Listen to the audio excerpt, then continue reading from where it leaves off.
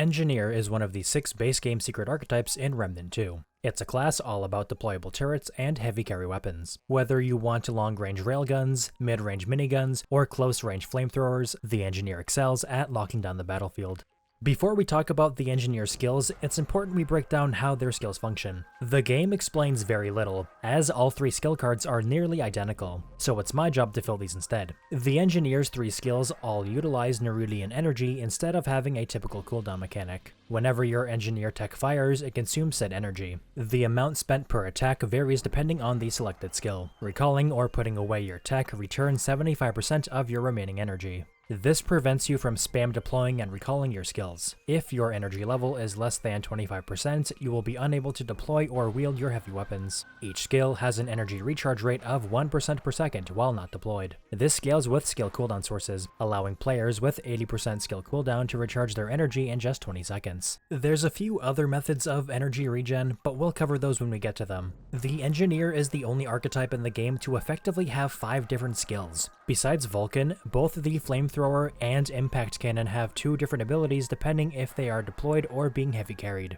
Deployed heavy weapons have 500 health at max level. The deployed variants of Vulcan and Impact Cannon only deal half the damage of their held counterparts, so keep that in mind when deciding which version you want to play around. They are also considered summons and benefit from sources that buff them. They have a base 50% DR and attack whatever you aim at. However, if you tap the action skill, they'll attack whatever's closest to them or their last target. Impact Cannon has this function, but it does literally nothing. All 3 variants of the Engineer skills can be swung around like a melee weapon. Oddly enough, these attacks do not scale with skill damage. However, they do scale with sources that buff melee. That being said, melee attacks are a last resort move when you're heavy carrying. You only have 3 different attacks, each of them deal the same damage, and none of them count as charge attacks. While in heavy carry mode, your movement is restricted and most actions cannot be taken. You can't use other skills, consumables, revive friends, interact with environmental items, etc. You do, however, gain access to one of the best dodges in the game. Directional dodging while heavy carrying provides 13 iframes and has one of the shortest recovery times of any evasion in the entire game. It'll always be the same dodge, no matter your weight class, meaning you can be in full Leitos Mark 1 and the only thing that'll hold you back is your stamina cost. Oddly enough, each direction has its own set distance you'll move per dodge. Forwards and left dodges are about the same. Neutral/backwards dodges are the shortest, and right dodges are the longest. So if you ever need to get as much distance as possible from an enemy, dodging to the right is your best bet. Before we move on to the skills themselves, I also wanted to mention that all 3 skills have a crit damage bonus of 150 and a weak spot damage bonus of 125. I also wanted to mention ahead of time that when I bring up a skill's damage numbers, keep in mind that some, not all of them, will be affected by the Engineer's damage perk, and will be higher as a result when using the skills in-game. I'll be listing off their base values as they are internally, so expect some differences here and there throughout the footage. The Engineer's first skill is Vulcan. When held in hand, it functions as a minigun, dealing 18 to 54 damage per bullet depending on your level. When aiming, the barrel will begin spinning slowly. Firing before being fully revved results in a reduced rate of fire. Its spread also tightens over the course of the first few shots. If you stop firing but keep aiming, the barrels will continue to spin at max speed, only slowing or stopping should you cease aiming. Your spread will widen again though. You also suffer a minus 25% stagger damage penalty while holding Vulcan. Vulcan has a base of 100 ammo, and a fire rate of roughly 8 rounds a second when fully revved up. With a base damage of 54, that puts Vulcan's DPS above something like the Black Maw. If you take weak spot hits into account, it's even higher. The deployable turret is more of the same. It's just the minigun but with half the damage. It's basically the equivalent of someone firing a max level typewriter at something. Being hit scan is nice, even if the turret's accuracy is shoddier than when it's being heavy carried. It has a pretty far lock-on range, although there's definitely a point where it won't automatically fire at targets anymore. It'll still try if you aim at them, but it'll take a Christmas miracle for any of its shots to land. I'll mention this here because where else am I supposed to bring it up? Vulcan and Impact Cannon both have damage falloff. Vulcan has an ideal range of 20 meters, the Flamethrower turret only attacks within roughly 18 meters, and Impact Cannon is I think around 25. None of them are affected by long shot. This can actually impact your damage output in some situations with Vulcan and Impact Cannon, but as long as you aren't trying to snipe targets, you should be fine. Vulcan is a pretty vanilla option for Engineer setups, but it can feel cool to mow down a bunch of enemies, especially using overclock. If you just want something to slap down, it's not the worst, but with how fast it blows through ammo and for so little damage, you'd be better off just holding it in your hand and aiming for weak spots. At level 5, the Engineer unlocks the Flamethrower heavy weapon. It has a base fuel tank size of 150 and shoots 8 flames a second up to around 9 meters away when held in hand. These flames deal 15 to 45 damage and can hit targets multiple times during their lifespan. Depending on the target size, it can hit 3 or even 4 times, but it doesn't seem super consistent. The most you'll usually see is 2 hits per flame. The dot applied on hit deals 150 to 450 damage over 5 seconds. This dot scales with status damage but not skill damage. Spraying the ground will cause flame puddles to spawn. These do not hurt you or allies, last for 5 seconds, and deal a much weaker dot of 30 to 90 over 5 seconds, which for some reason doesn't scale with status or skill damage sources. These ground fire puddles don't override the stronger dot, they instead refresh it. However, the opposite is true as well. So be sure to aim upwards at targets heading towards you as to not apply the weaker dot by accident. Their size does scale with amplitude, which can cause this to occur slightly more often. The flame particles can also weak spot hit, unlike Hellfire, which is cool, but it's not super easy to do on some targets. Just like with Vulcan, you also suffer a stagger damage penalty when holding Flamethrower, although in this case it's a much heftier 50% penalty. The turret form of Flamethrower lobs explosive fireballs once every 1.5-ish seconds. They deal 240 damage and have about a 1 meter wide radius, which does scale with amplitude. Direct hits and those caught in the blast suffer the previously mentioned stronger burn dot. Flame puddles are also left via the explosion that apply the weaker dot. Each fireball costs 15 ammo, resulting in a total of 12 to 15 shots depending on your archetype level. These do, however, deal team damage, and quite a lot at that. If you plan on using the turret form, I strongly recommend investing in kinship. Flamethrower is my least used heavy weapon, but I do appreciate its strengths compared to the other two. At close range, it performs better than both Vulcan and Impact Cannon at dealing with crowds thanks to its piercing flames and burn dots. It does fall a bit short in terms of sustained single target damage and overall damage compared to Vulcan though. If landing weak spot hits were easier, maybe it'd fare better. The turret mode can make for some fun, albeit short-lived explosive chaos when built around. The medium range lobbed explosives can make quick work of fodder mobs, especially with overclock in the mix. I'd go as far to say the turret form of Flamethrower is the most fun of the deployable bunch, as dangerous as it is. Impact Cannon is the Engineer's final skill, unlocked at level 10. It has a base ammo of 15 charges. When held in hand, it functions as a railgun, charging for a second to deal 200 to 600 damage. These shots also cause a small explosion on hit, dealing 50 to 150 damage in a scalable 1 meter radius. Oddly enough, the blast damage seems to be affected by damage falloff. Unlike the other two heavy weapons, Impact Cannon actually grants a 20% stagger damage bonus when heavy carried. When deployed, it causes a shockwave every 3 seconds that deals 126 to 378 explosive damage in a scalable 7 to 8 meter radius. While even more limited in range than the Flamethrower turret, Impact Cannon makes up for it by hitting literally everything in the surrounding area. Being classified as explosive damage lends to some good trinket synergy. Funnily enough, Impact Cannon is the most simple of the bunch. The only quirks it has is that it doesn't benefit from charge time sources, but does benefit from some sources that activate on charge shots like Closed Loop and Strand of Sinew. That, and it doesn't benefit from Overclock's fire rate bonus. Overall, it's a very good choice for any Engineer player, and it's by far the one I've used the most. It's really hard to beat long-range explosive headshots with one of the best dodges in the game. With skills finally out of the way, let's move on to perks. Engineer's damage perk is Metalworker, which increases your skill damage and heavy weapon ammo capacity by 5%, as well as range damage, turret health, and heavy weapon weak spot damage by 2.5% per level up to 50% and 25% at level 10 respectively. It also increases skill and range crit chance by 5% at level 6. That's a lot of stats for one perk, but I do get why they put them on the damage option. It allows the Engineer's heavy weapons to get progressively stronger each level up. The range damage bonus does feel a little shoehorned in, but I appreciate it being there nonetheless. It helps players who primarily want to run turrets, although perhaps increasing their damage scaler would have been the more elegant option.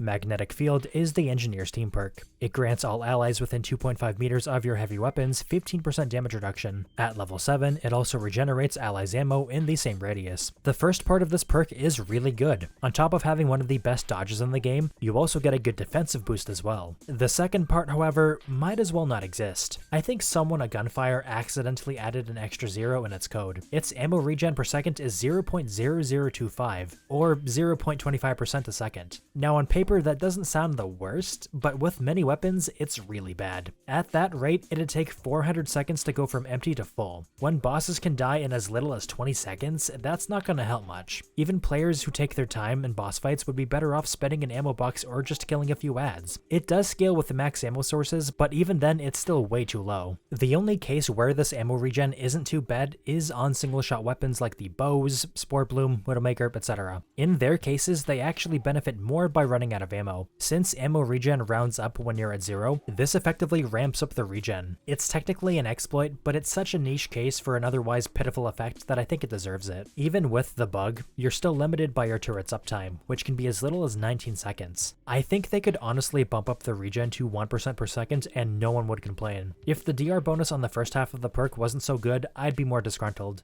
The Engineer's utility perk is Heavy Mobility. It increases your movement speed while heavy carrying by 35%. At level 8, it also increases both heavy carry evade speed and evade distance by 25%. A very simple yet effective boost to your heavy carry mobility. The movement speed bonus plus swiftness puts you at the heavy carry movement speed cap for walking and sprinting. Footwork lets you hit the movement speed cap while aiming as well. The dodge speed and distance bonuses are complemented nicely by fitness, ambit ember, dark fluid, etc. With enough distance and speed bonuses, you can absolutely blaze through locations. Considering you have 13 iframes per dodge, you're pretty safe doing so too. For extra funny points, slap on Bisected Ring, Untouchable, Ring of Diversion, Gossamer Heart, and Ambit Ember to be an unstoppable dodging force.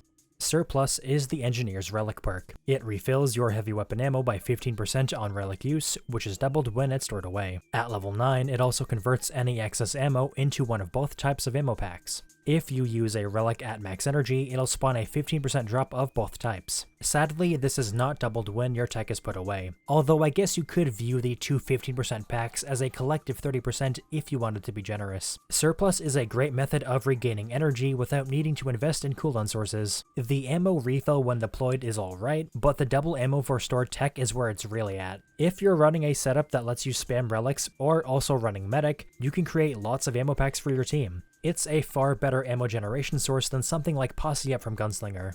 Finally, we have the Engineer's Prime perk, High Tech. While Engineer is your prime archetype, you can hold down the skill button to overclock your heavy weapon. For 15 to 25 seconds depending on your archetype level, it grants you unlimited heavy weapon ammo, increases their fire rate, and increases their damage by 25%. Once finished, the ability goes on cooldown for 60 seconds. In line with the Engineer skill cards, this perk is missing some things. First off, that fire rate bonus. At first I thought it was 25% like the damage bonus, but after some testing at the range, it seems to be roughly a 20% fire rate bonus to both Vulcan and the Flamethrower. And like I mentioned earlier, it does absolutely nothing for either version of Impact Cannon. That damage bonus is also deceptively powerful. It's not an additive bonus, it's multiplicative. Any bonuses to skill or total damage will get bumped up even more when overclocking your tech, except the Flamethrower's burn dot.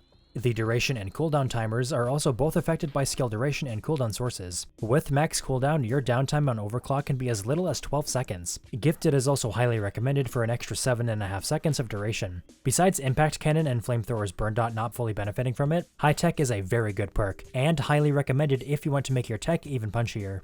Fortify is the Engineer's trait, and it might just be the strongest trait in Remnant 2. It increases your max armor by 5% per level up to 50% when maxed. Don't get me wrong, health and stamina are great, but 50% more armor is insanely overpowered. I am genuinely surprised it was never nerfed. If you've watched my other Remnant 2 videos, you'll almost always see me have it maxed. It's such a tumultuous defensive boost, it's difficult to not pick it up, especially when playing on Apocalypse. As an example, the Bandit set, the lightest and least armored set in the game, goes from 21.4% armor DR to 29% when Fortify is leveled. Barkskin makes it hit 36.1%. Leto's Mark 1 has a base of 47.5% armor DR, 57.6% with Fortify, 61.8% with Barkskin. No matter if you're running the lightest or heaviest set, Fortify is always worth grabbing if you aren't trying to never get hit. Definitely a crutch trait, but in the grand scheme, it's not the worst defender.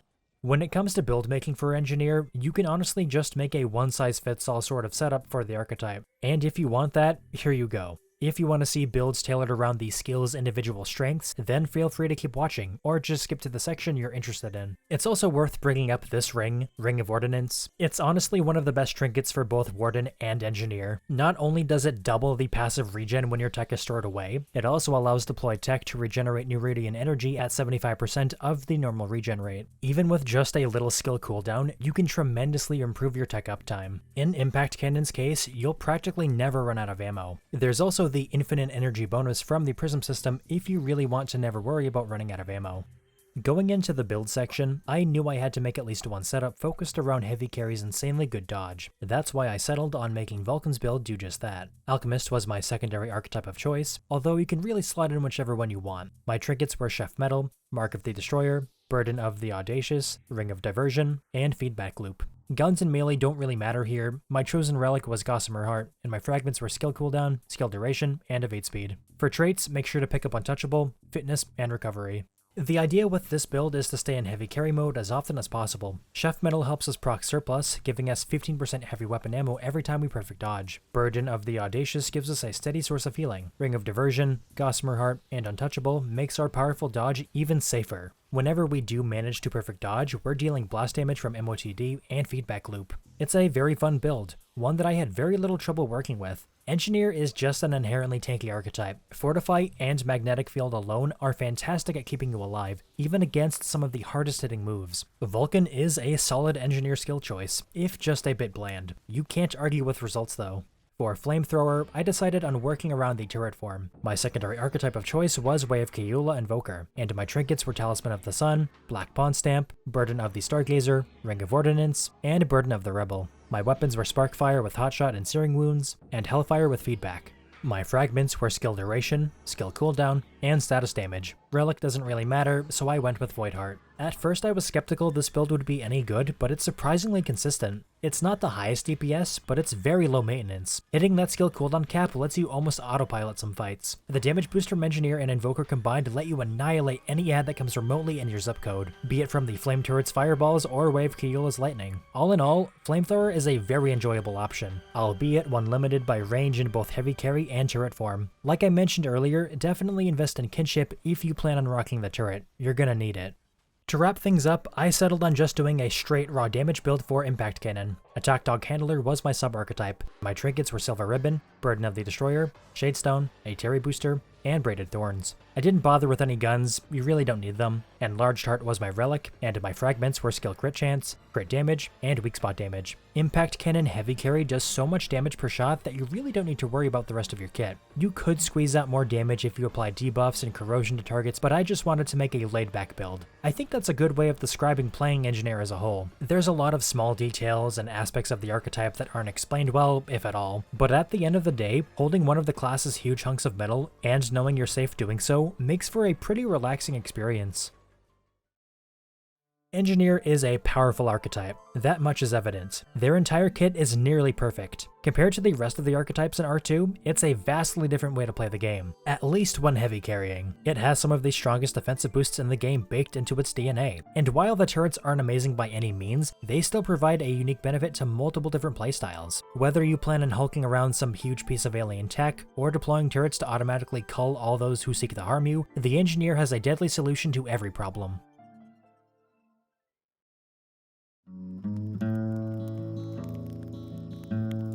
Hey look, buddy, I'm an engineer. That means I solve problems. Not problems like what is beauty, because that would fall within the purview of your conundrums of philosophy. I solve practical problems.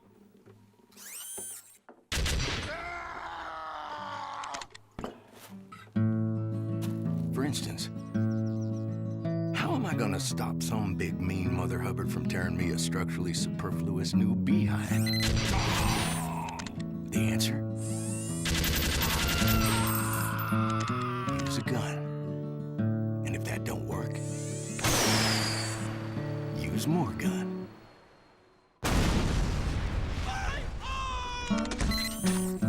Like this heavy caliber tripod mounted little old number designed by me. Built by me. And you best hope not pointed at you.